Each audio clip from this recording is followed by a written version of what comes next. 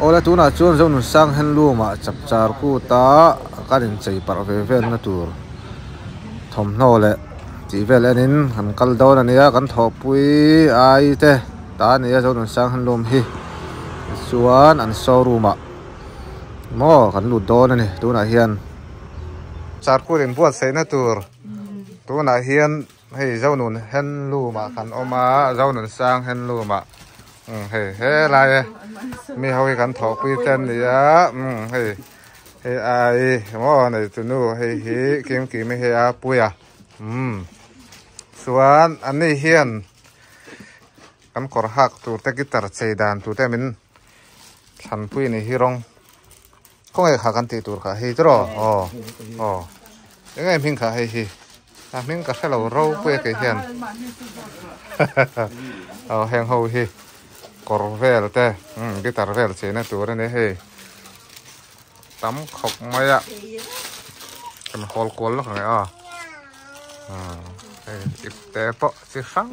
sáng tắm chập char khut đón nên đỏ chur chur thế này he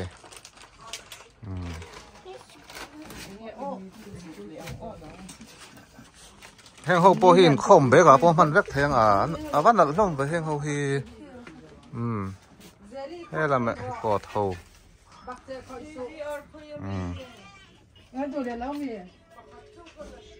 tầm cốc mày xuân hay hí cầm sang sang hầu mò ai hi puan man pe kan tu mangai ri lo ti khan long phong phot ro atm sponsor tu man yang alo mom tak tak an he lo dor chur chur don ne an nei nal hlom ania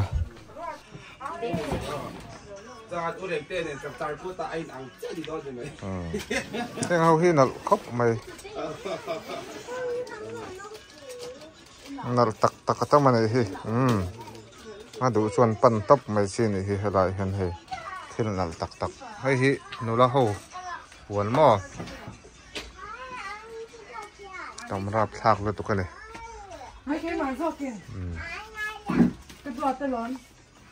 than cái làm bằng hệ than tấp tấp vào lòng thôi mình sẽ được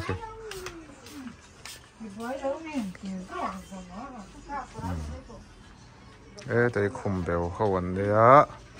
cái là mình hậu cái than hậu chú rong đầu chú này mày hí xin ngọc về ạ anh nói đi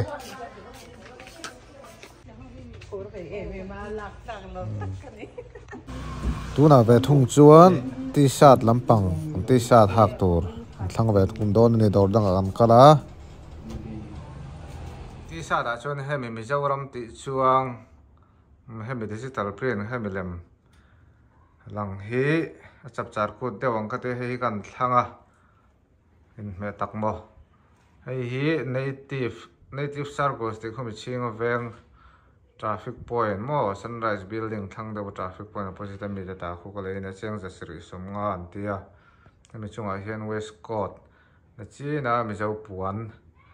ho kha west coast in kan thri ti ra me tak mo ma lai zai thiam pu bi ma ta hostile ta ben an be do ne thil ngai de ton kha ta ne ya thei kho ka hian